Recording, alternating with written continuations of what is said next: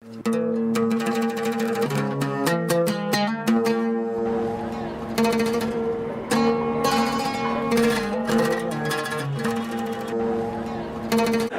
الله الرحمن الرحيم مقعيقا waa Sacdiya Cabdulaahi waxa ka socda wadajir women group waa xarun ay iskaashato ku yihiin gabdho Soomaaliyeed oo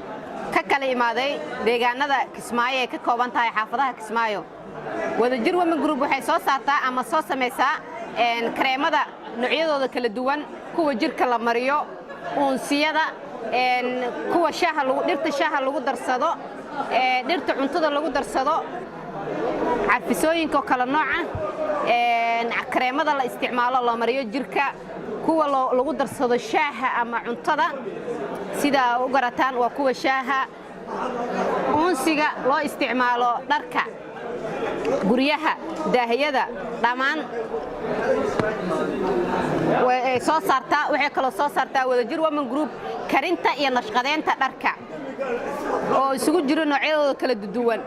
mana u kala saarno waxay isugu jiraan rag iyo dumar dharka ragga oo aan dib u casriyeynayno sida jiinisyada dhamaadka oo kale toon dib u casriyeynayno waxa kala soo saarnaa ama sameeynaa dambiilaha sida aragtid oo aan ugu talagalnay inay dadkeena uga maarmaan bacaha dambiilahan soo saarnaa waxa kala sameeynaa xarinta ama waxyaabaha lagu haadiyo briiska iyo galayda waa waxyaabaha naturalka dalkeena ah oo aan gacanteena ku sameysano katiifadaha oo kale waxa uga maarnaa sijaayadaha oo ugu talagalnay in looga maarmo katiifadaha dibadda nooga imaanayo